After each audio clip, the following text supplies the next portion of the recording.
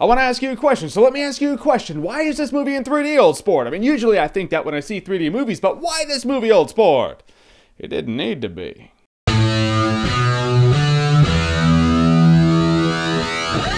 The Great Gatsby. You like my miming cigarette? Don't smoke, kids. It's bad for you. So The Great Gatsby is based off of a book that Andy Kaufman himself read to a crowd of people because they all wanted him to impersonate Latka and he hated Latka, so he did it out of spite. And that's what I know about The Great Gatsby. So in this movie, Tobey Maguire plays this would-be author. He works on Wall Street and he lives next to Gatsby. Gatsby's played by Leonardo Dicaprio and he throws these big parties, is really lavish, and you're like, this guy, he's like the Hef of his time. So Hef, I'm pretty sure they were the same age at the same time. But he's doing it all to catch the eye of this chick that he kind of has history with, and she's married to Joel Edgerton. Now we have our premise. And Leonardo DiCaprio, great in this movie. He's one of the best actors in the business because we're supposed to root for Gatsby, so you're like, oh, Leonardo DiCaprio. We innately want to root for him. Look at that mug. The dude is awesome. If there is one dude to root for, it is Leonardo DiCaprio. We were all one hair away from rooting for him in Django Unchained. We're like, oh, DiCaprio, but wait.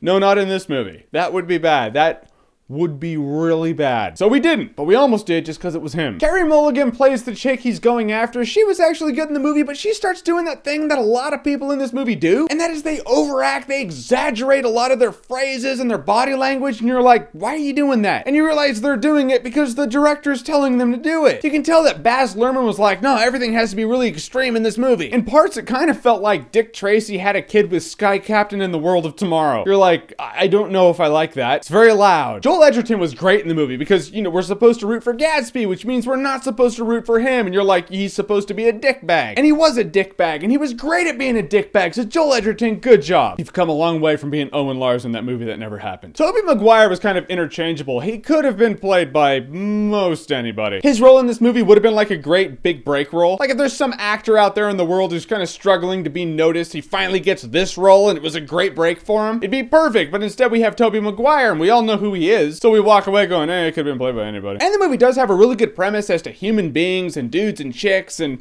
ambition and what you have and image. That was really interesting. I'll say the script is probably really interesting. Someone plopped the script in front of me and they were like, read that. I'd read it and be like, oh, that's cool. Let's make it a movie. But Baz Luhrmann's the director of this movie. And if you don't know who Baz Luhrmann is, he's like if Zack Snyder took an acid trip and started making really artsy movies. However, he did read Everybody's Free to Wear Sunscreen, and we will never forget that because that shit is true and real. But no, seriously, it's like he got the script and he was like, oh, we'll make this a movie.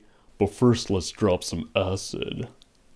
And now let's make a movie. It's really weird. I don't know how this dude's mind works, but there's so much green screen and this movie is so loud, you feel like it's deafeningly loud. You hear that phrase in terms of noise, but it does work in a visual context. This movie is screaming at you so loudly that you don't even hear what's going on in the movie. And you're like, what am I watching and why am I watching it? A lot of it's so loud that a lot of it's boring. No movie that has this much going on visually should actually make me check my watch 3 or 4 times. And I didn't want that to be the case because I was like, the movie sets up an interesting enough premise and you're like, okay, cool. A couple of scenes that really stand out to me are scenes that take place in one room in which people are talking and you feel the tension escalating. That's the interesting stuff right there. None of the crazy visual shit going on. It was a clash in terms of the premise of the movie and the visuals going on. They clashed and it compromised the entire quality of the movie. I don't know if this movie would be like porn to fans of The Great Gatsby. All I know is I gotta say The Great Gatsby is alright, but you're not gonna remember it in T-minus a couple days. Yep, already forgot. Alright, so are you a fan of The Great Gatsby? Have you seen this movie? What did you think of it? Whatever you think, comment below, let me know. And as always, if you like what you've seen here and you want to see more, click right here to see more.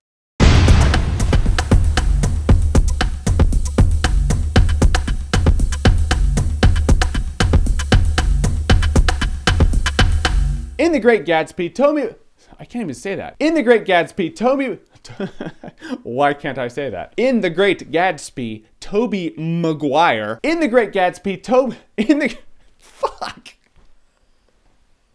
I can't say that. I can't link that shit together. In The Great Gatsby. This is fun. Oh. So in this movie, I'm gonna say that.